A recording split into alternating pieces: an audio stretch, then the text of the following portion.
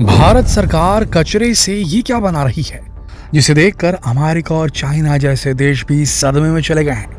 जी हाँ, अगर हम आपसे कहें कि कचरे से अब पेट्रोल डीजल जैसे फ्यूल बन सकते हैं तो क्या आपको यकीन होगा? नहीं ना। लेकिन ये 100% सच है।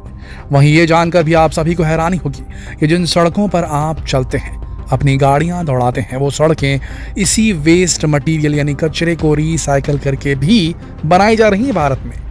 भारत के 11 राज्यों को जोड़ने वाली तकरीबन 1 लाख किलोमीटर लंबी सड़क को बनाने का काम कचरे से ही किया गया है। अब इस काम में केवल भारत सरकार ही नहीं जुटी है, बल्कि देश के कई नौजवान और लोग भी जुटे हुए हैं। तभी तो राजस्थान के एक नौजवान ने कचरे का इस्तेमाल फैब्रिक बनाने में किया। वैसे आपको ये जानकर भी हैरानी होगी कि भारत दुनिया के करीब 25 देशों से कचरा इंपोर्ट भी करता है। अब ये सुनकर भी आप शॉक्ड हो रहे होंगे, तो चलिए आपको फटाफट बता ही देते हैं कि भारत के इस कचरे के पीछे का राज क्या है। दरअसल भारत हर साल दूसरे देशों से तकरीबन 4.3 करोड़ टन कचरा खरीदता है। इनमें से कुछ तो ई वेस्ट होता है और कुछ होता है प्लास्टिक वेस्ट। इनमें वो प्लास्टिक वेस्ट भी शामिल होता है जिन्हें आप रिसाइकल नहीं कर सकते। अब आप सभी के दिमाग में आ रहा होगा कि अब हमारे देश में भला कचरे की कोई कमी थी क्या, जो भारत को बाहर से कचरा भी इंपोर्ट करना पड़ता है। आखिरकार इतने कचरे का भारत करता क्या है? तो जनाब, अब भारत के इस कचरा इंपोर्ट करने की पॉलिसी को समझने से पहले जरा आप यहाँ की इन सड़कों को देख लें। देखने में तो बिल्कुल आम सी सड़क लग रही होंगी, लेकिन क्या आपको पता है ये सड़क प्लास्टिक के वेस्ट से बनी है, जो भारत के 11 स्टेट्स को जोड़ती है। तो अब इसकी लंबाई कितनी होगी? तो सुनिए, ये 1 लाख किलोमीटर की लंबी सड़क है। इसमें 1 किलोमीटर सड़क बनाने के लिए 1 टन प्लास्टिक का यूज किया गया है। इंडियन गवर्नमेंट का कहना है कि आने वाले दिनों में इसे 2 गुना किया जाएगा। तो क्या इंडिया दूसरे देशों से कचरा इसलिए इंपोर्ट कर रहा है ताकि भारत की सड़कें बन सके? ऐसा भी बिल्कुल नहीं है। दरअसल इंडिया के इस गार्बेज इंपोर्ट के पीछे एक दो नहीं बल्कि कई बड़े बड़े रीजंस हैं। इन कचरों को इंपोर्ट करना इंडिया के लिए बहुत ही प्रॉफिटेबल है। आप ये जान लें कि 1 टन पेपर को रिसाइकल करने से 17 पेड़, 2.5 बैरल ऑयल, 4100 किलो वोल्ट बिजली, 4 क्यूबिक मीटर लैंडफिल वाली जमीन और 31,780 लीटर पानी की बचत होती है। वहीं एक इकोनॉमिक सर्वे का ऐसा मानना है कि भारत ऑटोमोबाइल स्क्रैप से, यानी कि ऑटोमोबाइल सेक्टर में जो स्क्रैप निकलता है, उससे साल 2025 तक 10 मिलियन टन स्टील और 1.4 टन आयरन अयस्क यानी आयरन ओर जनरेट कर लेगा, जिससे भारत 16 से 17% एनर्जी सेव कर सकेगा। अब ये तो हुई बात भारत सरकार की। भला अब हमारे देश में टैलेंटेड लोगों की कमी थोड़े ना है। देखिए कैसे लोग इस कचरे का इस्तेमाल क्या क्या बनाने में कर रहे हैं। यानी इन्होंने कचरे को कचरा समझने की भूल नहीं की है और कर डाला आविष्कार। इस लिस्ट में सबसे टॉप पर हैं ये जनाब, जिनका नाम है प्रोफेसर सतीश कुमार। प्रोफेसर सतीश कुमार हैदराबाद के रहने वाले हैं। इन्होंने कचरे से पेट्रोल और डीजल का इन्वेंशन कर डाला है। जहां पूरी दुनिया में पेट्रोल डीजल के दाम आसमान छू रहे हैं, वहीं सतीश कुमार ने 500 ग्राम रिसाइकल नहीं होने वाले प्लास्टिक से तकरीबन 400 लीटर पेट्रोल बना डाला। और ये पेट्रोल नेचुरल पेट्रोल से 30% सस्ता भी पड़ा। इस पूरे प्रोसेस को पैरालिसिस का नाम दिया गया है। वहीं शायद आपको याद हो कि साल 2015 में इंडियन क्रिकेट टीम ने एक लीग के दौरान प्लास्टिक वेस्ट से बनी टी-शर्ट पहनी थी, जिसमें वो काफी कंफर्टेबल भी थे। कुछ उसी तर्ज पर राजस्थान के 17 साल के आदित्य बांगर ने एक कंपनी बनाई, जिसमें पर डे 10,000 टन प्लास्टिक कचरे को फैब्रिक में बदला जाता था। जी हाँ, भीलवाड़ा जिले में ट्रैश टू ट्रेजर नाम की इस कंपनी से जहां कचरा भी कम हुआ, वहीं लोगों को रोजगार भी मिला। इतना ही नहीं, भारत में कई ऐसे लोग हैं जिन्होंने कचरे में भी रिसोर्सेस को ढूंढ लिया है। अब अपने राजधानी दिल्ली के कूड़े वाले पहाड़ के किस्से तो सुने ही होंगे आपने। जहां कूड़े का पहाड़, वहां रहने वाले लोगों के साथ साथ सरकार के लिए भी टेंशन का पहाड़ बना हुआ है।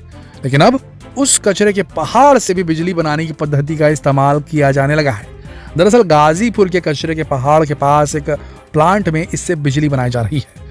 IF&LS के वेस्ट टू एनर्जी प्लांट में दिल्ली के मुसीबत वाले कचरे को न सिर्फ फ्यूल की तरह इस्तेमाल किया जाता है, बल्कि इससे बिजली बनाकर घरों में सप्लाई भी की जा रही है। गाजीपुर में 2000 टन रोजाना कचरे की खपत क्षमता वाला प्लांट पिछले साल से शुरू हुआ था। हालांकि अभी इसकी ऑपरेशनल कैपेसिटी 1300 टन प्रतिदिन ही रखी गई है।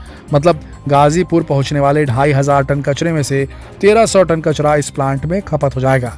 जिससे प्रोसेस करके बिजली बनाने के लिए इस्तेमाल किया जाएगा। बता दें कि भारत, यूएसए, यूरोप और मिडिल ईस्ट समेत दुनिया के करीब 25 बड़े देशों से कचरा इंपोर्ट करता है।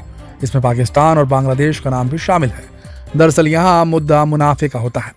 राज्यसभा की एक रिपोर्ट से पता चलता है कि इन कंट्रीज को अपने कचरे को रिसाइकल या डिस्पोज करने से ज्यादा मुनाफा उसे इंडिया में एक्सपोर्ट करने से होता है। इसी रिपोर्ट में दिए गए एग्जाम्पल से इसे ऐसे समझा जा सकता है कि अगर यूएसए और यूरोप अपने कंप्यूटर वेस्ट को अपने कंट्री में ही डिस्पोज करें तो इसके लिए उन्हें $20 यानी कि 1494 रुपये का खर्च करना होगा। जबकि अगर इसी एक कंप्यूटर को इंडिया के वेस्ट मार्केट में भेजा जाए तो यूएसए और यूरोप को इसका कॉस्ट आधा यानी कि 747 रुपये ही पड़ेगा। कुल मिलाकर बात यहाँ सिर्फ और सिर्फ मुनाफे की है।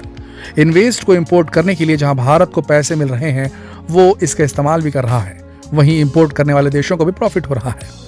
वैसे दशकों पहले लोगों की सुविधा के लिए प्लास्टिक का आविष्कार किया गया था, लेकिन धीरे धीरे यह पर्यावरण के लिए नासूर बन गया है। प्लास्टिक और पॉलीथीन के कारण जमीन और पानी के साथ साथ हवा भी प्रदूषित होती जा रही है।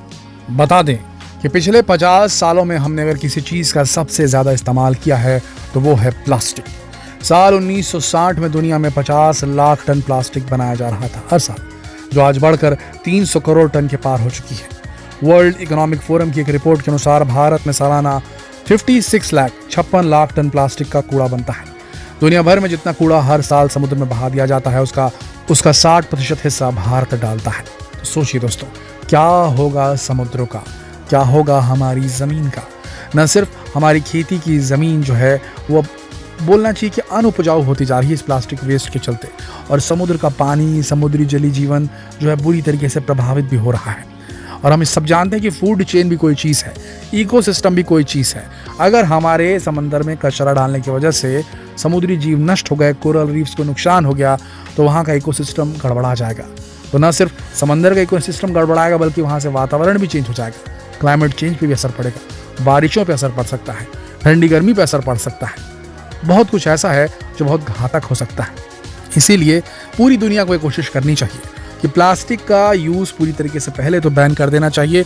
उसके बाद ऐसी फैक्ट्रीज लगानी चाहिए जिससे पूरे प्लास्टिक वेस्ट को पूरी तरीके से रिसाइकल किया जा सके या किसी तरीके से उसे डिस्पोज किया जा सके किसी वैल्यूएबल चीज़ में, किसी काम आने वाली चीज़ में, जैसे कि एनर्जी या किसी और चीज़ में। जैसे कि हमारे देश में फैब्रिक बनाया जा रहा है प्लास्टिक से, उसी तरीके से। और उसके बाद में पूरा जो प्लास्टिक है कुछ दशकों में धरती से साफ हो जाएगा और धीरे धीरे पृथ्वी हमारी हील होने लगेगी।